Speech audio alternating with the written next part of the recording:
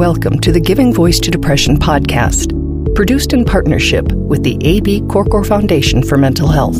I'm Terry, the creator and co-host of this podcast. I've lived with depression most of my life, and I know how easy it can be to feel all alone in the experience. I'm not alone, and you aren't either. And I'm Dr. Anita Sands, a licensed clinical psychologist and life coach with a number of my own diagnoses, all of which bring a certain amount of anxiety and depression along with them. There is great power in shared experiences. We share our own as we engage in intimate and candid conversations with our weekly guests, exploring different perspectives on and experiences with depression. We keep it real because depression is real. We keep it hopeful because there truly is hope, in spite of what depression tells you. Hi, Terry. Hello, Anita. So if you listened last week to When Doctors Are Depressed, you heard a refreshingly candid discussion of mental health training, stigma, and failings in the medical profession. Frankly, it was kind of shocking. Yet for anyone in the field, it was likely no surprise at all. Today, we're going to continue our discussion with trauma surgeon Dr. Michael Weinstein in an interview recorded a few years back. In part one of his interview, we focused on the institutional changes that he thinks are necessary to reduce and address depression among doctors and other healthcare professionals. Today, we hear about Michael's very personal experience with depression and the challenges and lessons of switching roles from being the doctor to being the patient. Michael begins with a bit of family history that, along with the many stresses of his medical training and work, may have increased his risk for depression. Here again is Dr. Michael Weinstein giving his voice to depression.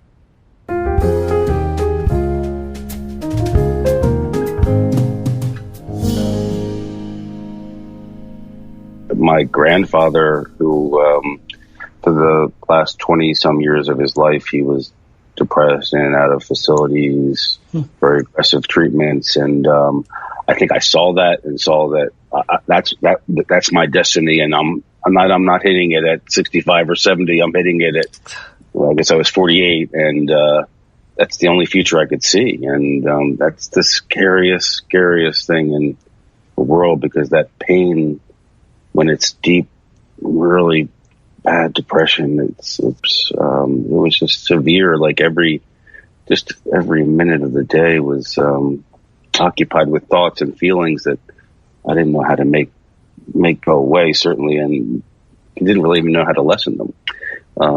And you feel so trapped.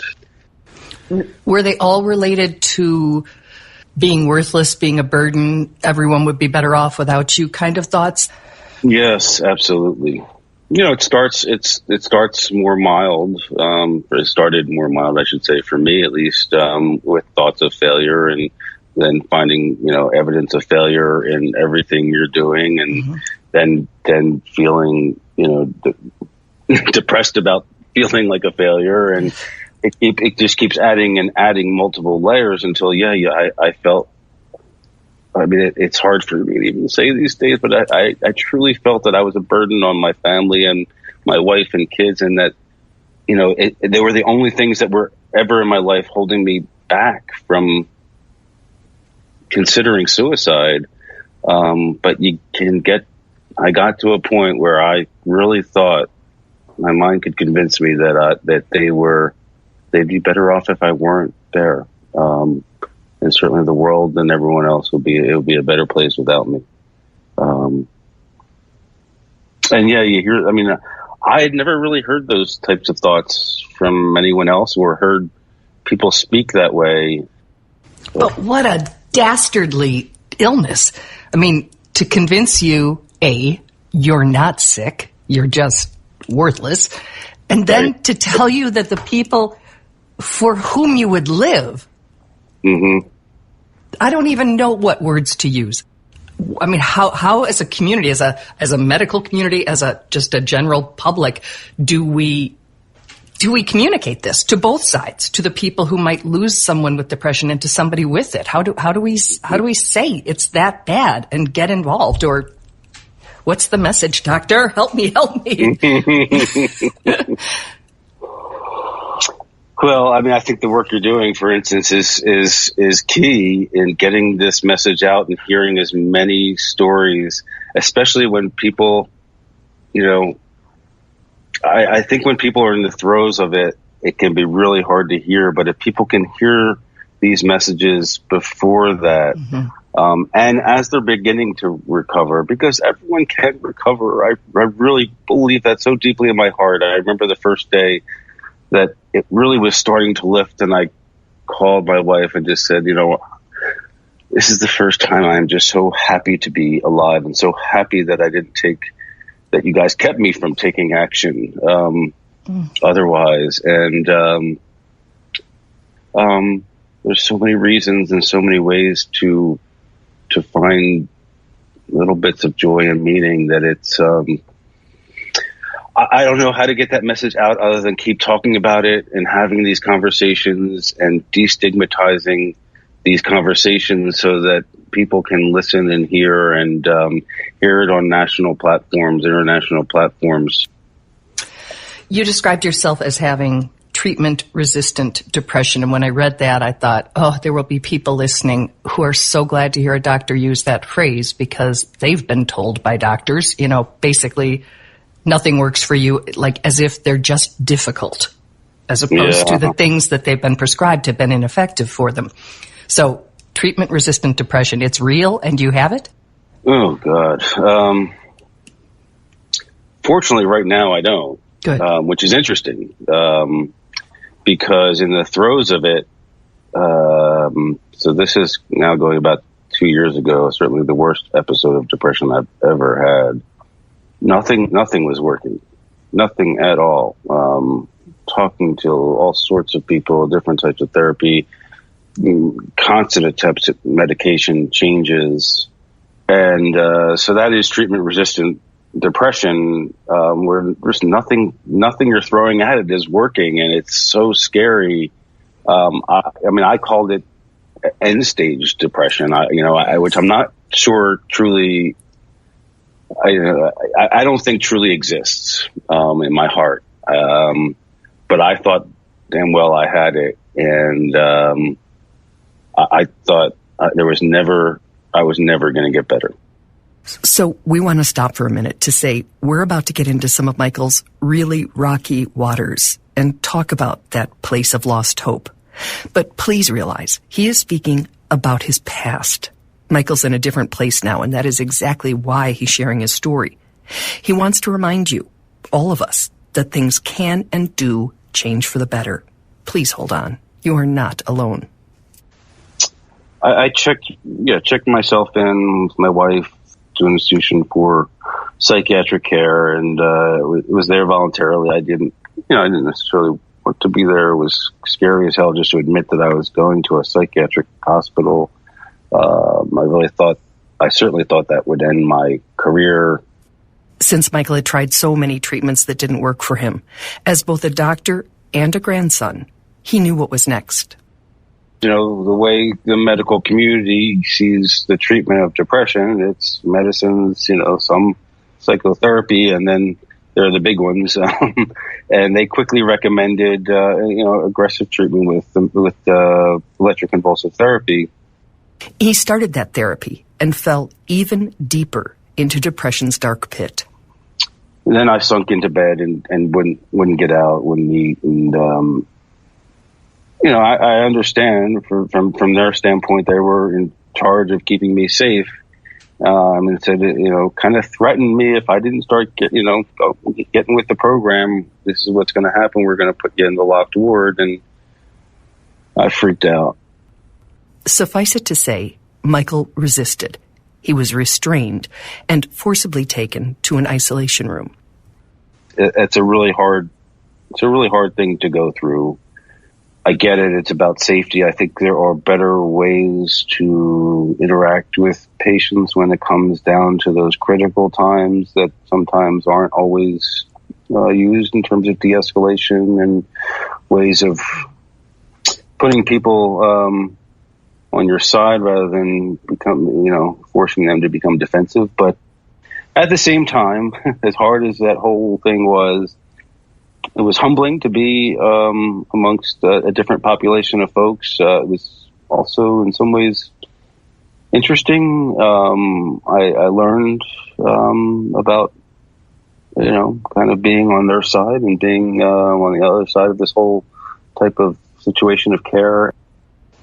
How'd you get from there to here? What a crazy journey, huh? Yeah.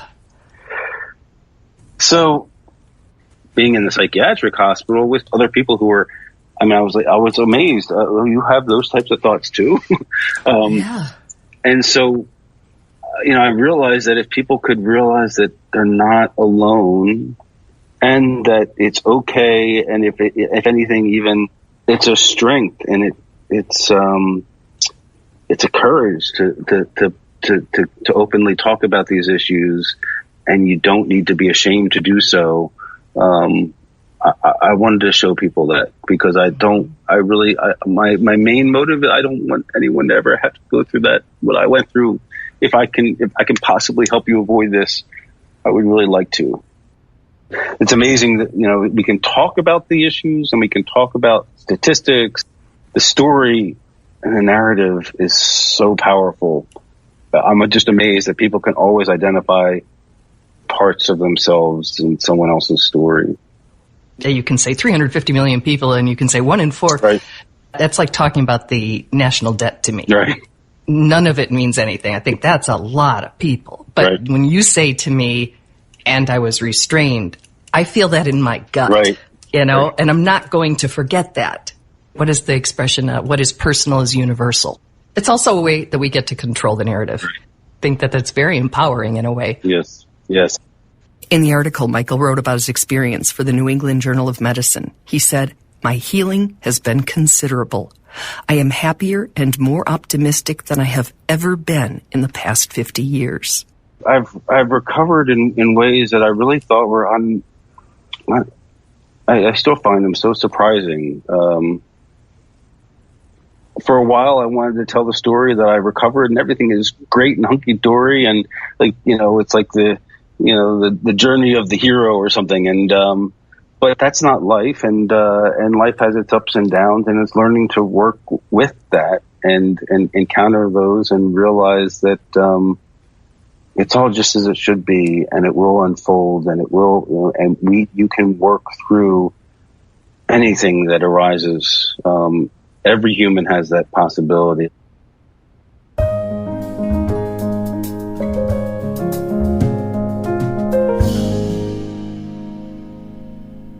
So, Anita, one of the things that Dr. Weinstein said, and in this episode we're calling him Michael because it's more his personal story, but when he said he was in the psychiatric hospital and that he said, "I was amazed, you have those type of thoughts too?" And this is a doctor, and he did not know what those thoughts are. And I mean, we talk about them all the time on this, and I'm not saying he should have all the time. All the time.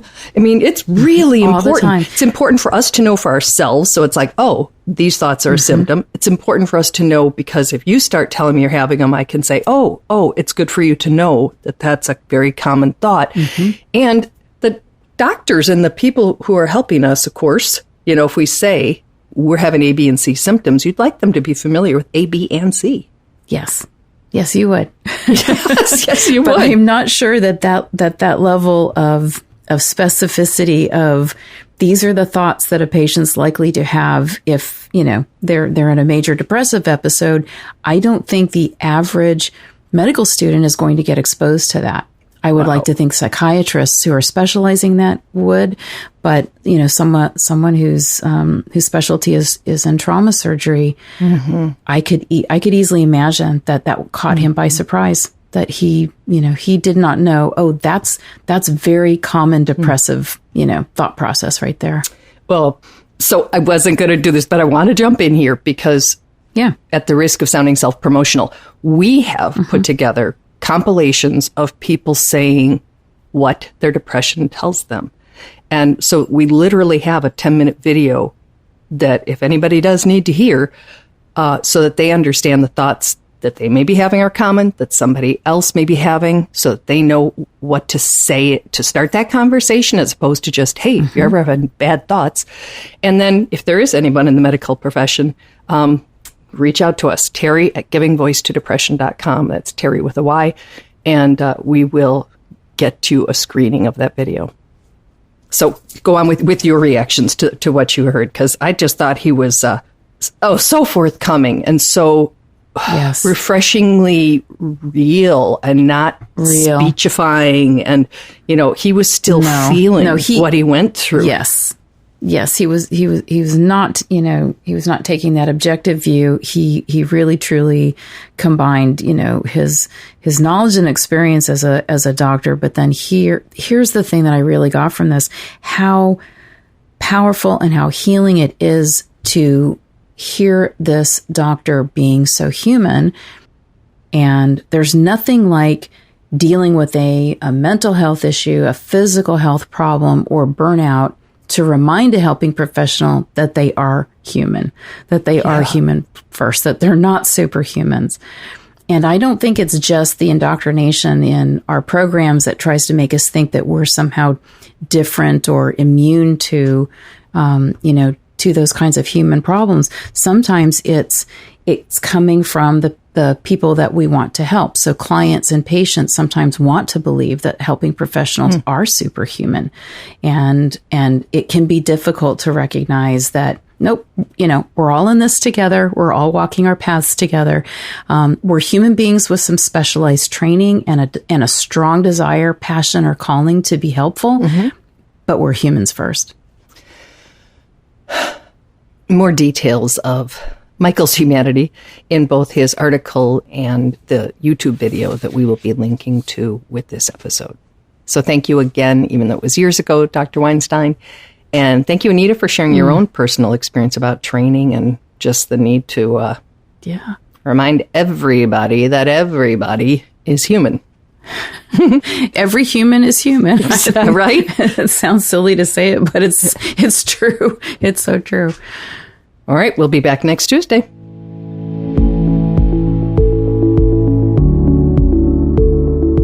We truly hope that our podcast brings a little more understanding, helps you better articulate and reflect on your own experience with depression, or better understand how to support someone else who is struggling. If this episode has been of comfort or value to you, know that there are hundreds of others like it in our archive, which you can easily find at our website, givingvoicetodepression.com. And remember, if you're struggling, speak up, even if it's hard. If someone else is struggling, take the time to listen.